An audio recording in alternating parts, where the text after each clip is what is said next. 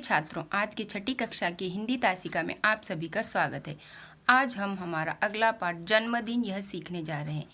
इस कहानी में लेखक श्रीवास्तव जी ने पानी के महत्व को बताकर उसकी बचत की ओर ध्यान आकर्षित किया है।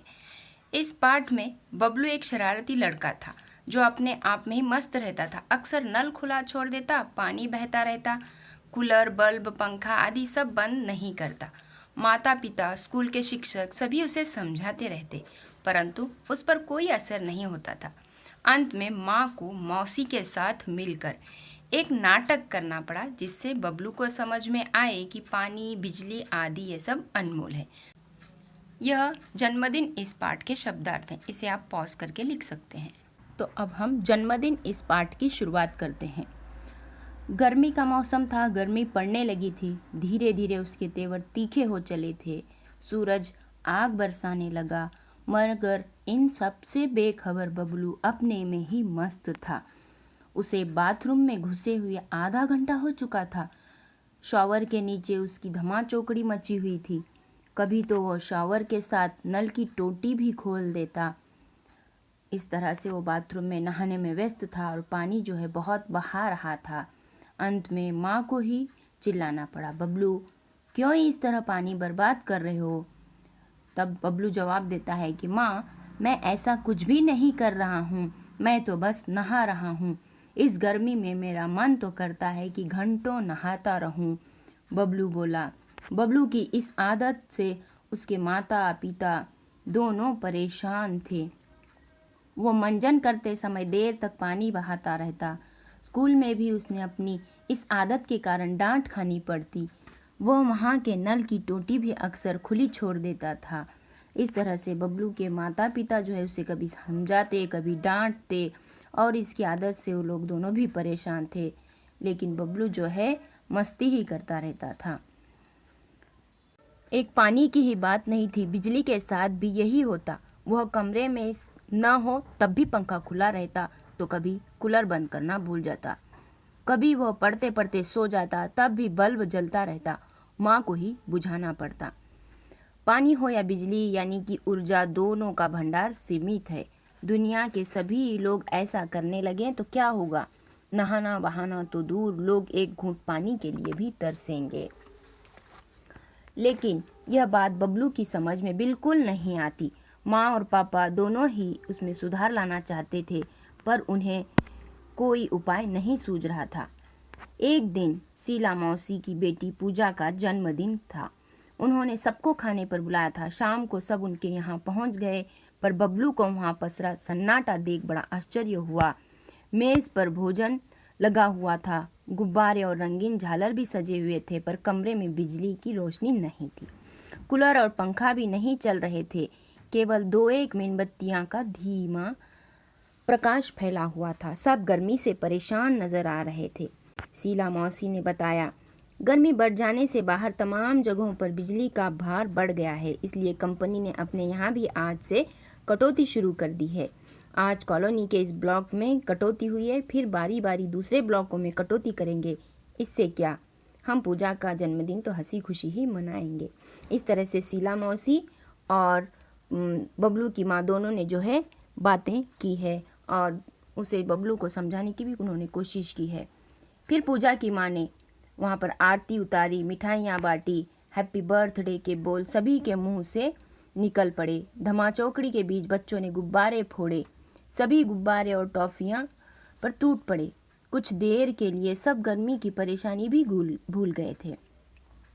कुछ देर बाद जब शीला मौसी बोली, अच्छा बच्चों, अब धमाचौकड़ी बंद करो, सबका खाना लग गया है, आओ जल्दी करो। सब खाने की मेज पर पहुंच गए। इस बीच बबलू को बहुत जोरों से प्यास लग गई। शायद पानी न होने से भी सभी के गिलास आधे ही भरे हुए थे। बबलू एक घूंट में ही सारा पानी पी गया।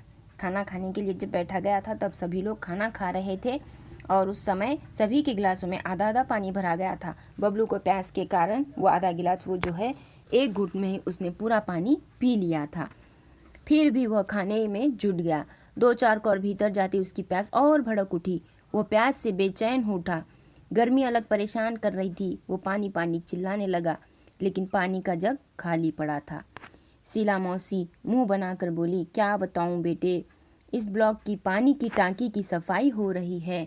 कोई बात नहीं बच्चों, अच्छा बुरा हो तो होता ही रहता है। तुम लोग खाना खाओ, अड़ोस पड़ोस में देखते हैं कहीं न कहीं से पानी तो मिल ही जाएगा। लेकिन इस आश्वासन से बबलू को कोई राहत नहीं मिली।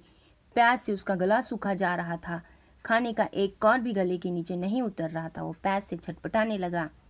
आज पहली बार प्यास का अनुभव करने से तो उसे पानी मिलने वाला नहीं था। जैसे आज पानी को तो बबलू से अपनी बर्बादी का भी भर कर बदला जो लेना था। अब तो बबलू क्या तमाम बच्चों का धैर्य जवाब देने लगा था।